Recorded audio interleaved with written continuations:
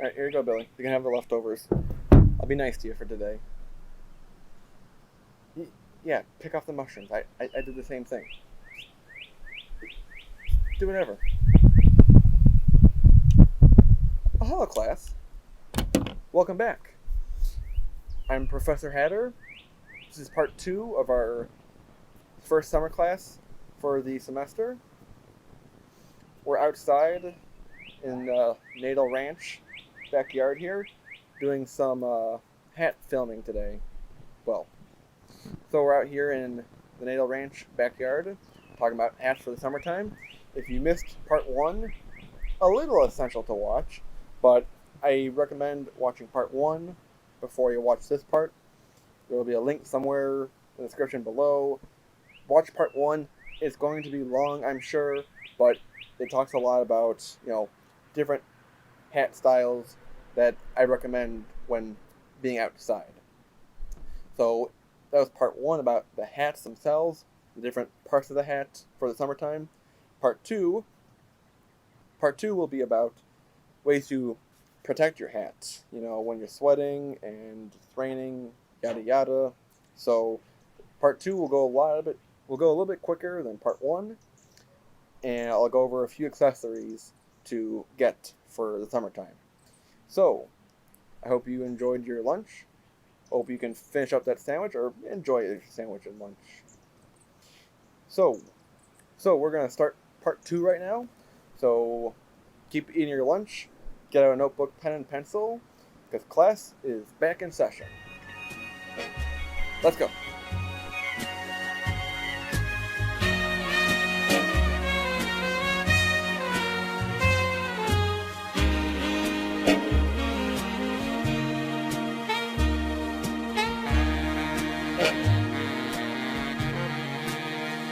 So I have here these two bottles from Lids, a water and stain repellent and a cap cleaner and deodorizer.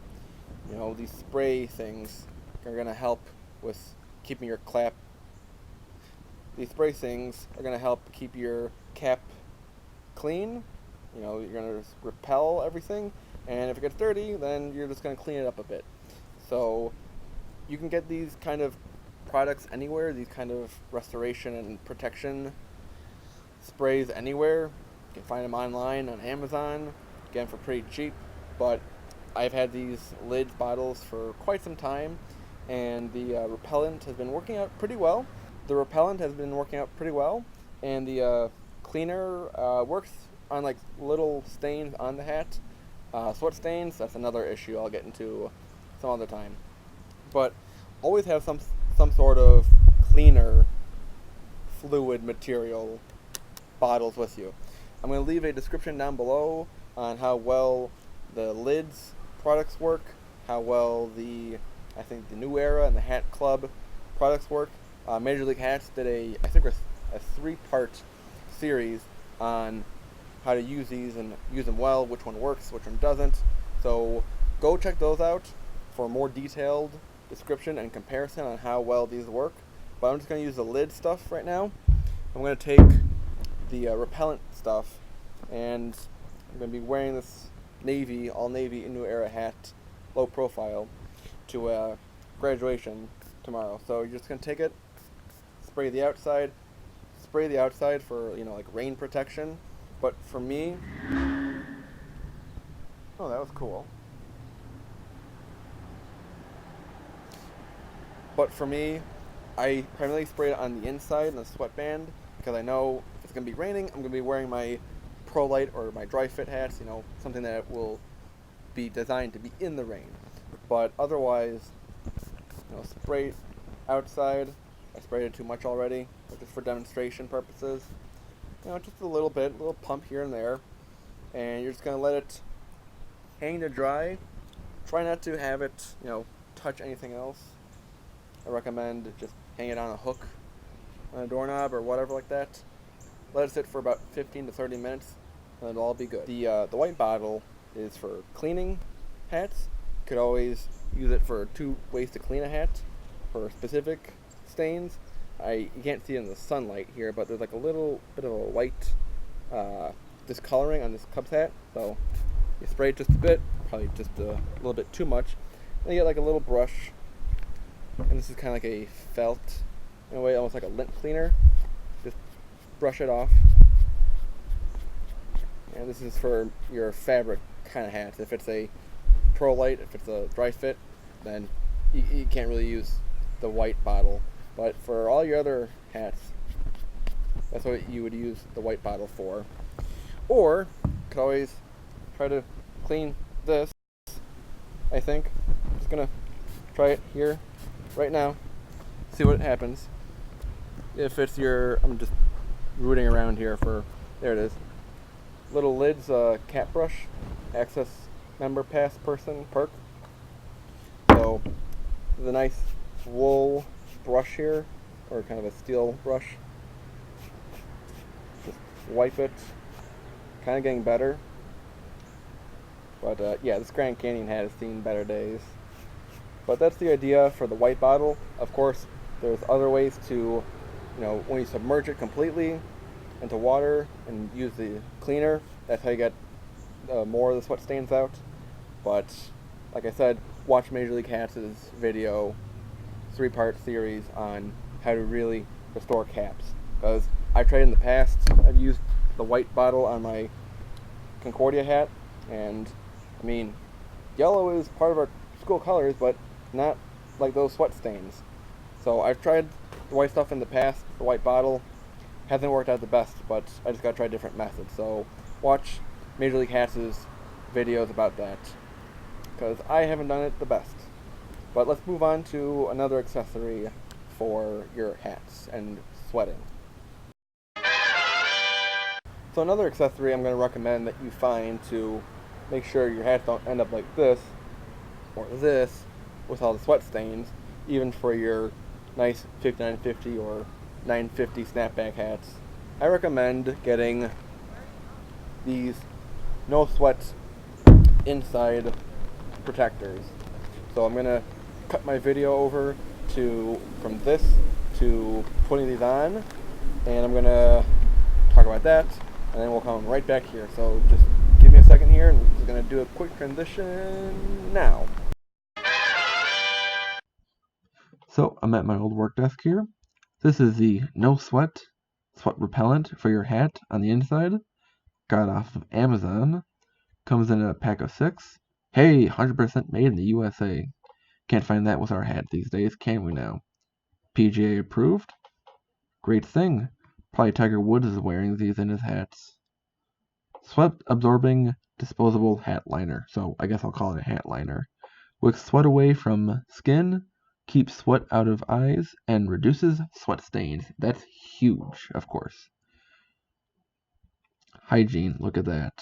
That's fancy stuff, guys.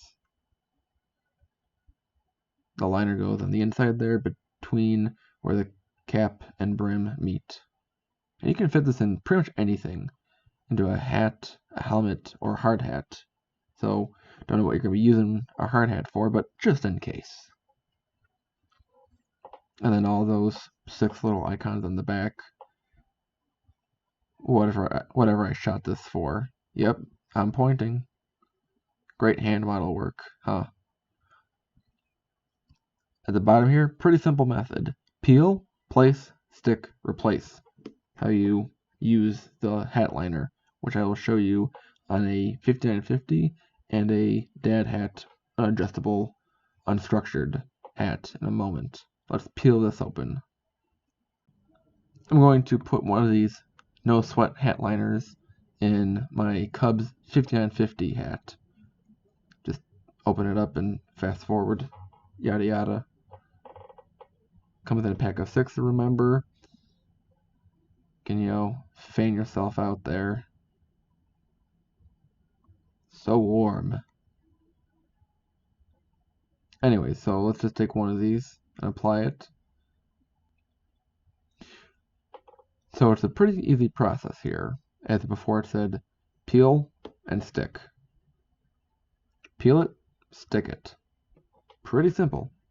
But of course the sticking part is the tough part here.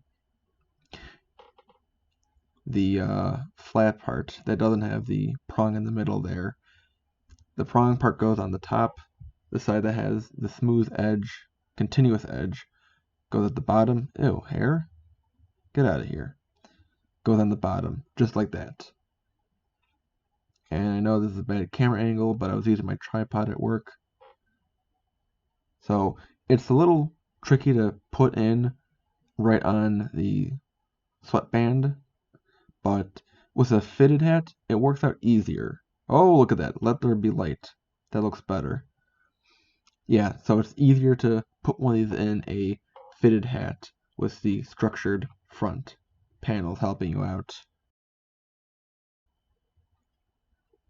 And that's how it works. Now I'm going to put one of the hat liners in a non-structured dad hat. The front two panels are unstructured, so it's all flimsy. So this one was harder to put in, but it's the same principle. You peel it off, and then you stick it inside. It also has a smaller, cap size. It's not a nice oval like the 5950 is, so it's a little bit harder to stick inside. A little bit harder to line up because you gotta get it right the first time, otherwise it's really hard to shift around and get it right the second time. But yeah, there you go. Look at that.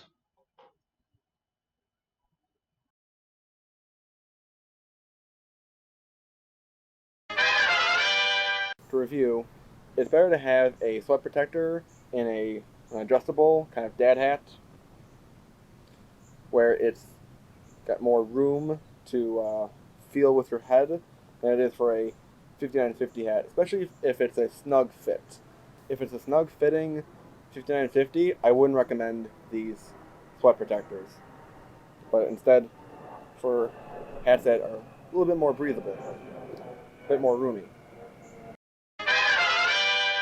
To review again, quickly over this video, I know it's kind of a shorter video than the first video, but just to go over the accessories or the extra things to have for protection. Any sort of cap, repellent, water repellent, deodorizer, cleaner, stain thing. Find anything like these bottles and you'll be fine. I think that these are about 18 bucks, 16 bucks. I think it's less than 20 bucks with the brush that you get with the lid bottles. The brush I don't really recommend. It's more foamy, and I don't recommend that. So get like a brush on your own with different bristles to it. That'll help out for cleaning the hat. And these sweat protectors for the inside. These are officially licensed by PGA Tour, so if the golfers are wearing it, it's gotta be good, I'd say. Again, recommend these for like dad hats. These work better, feel comfortable, and do work out pretty well.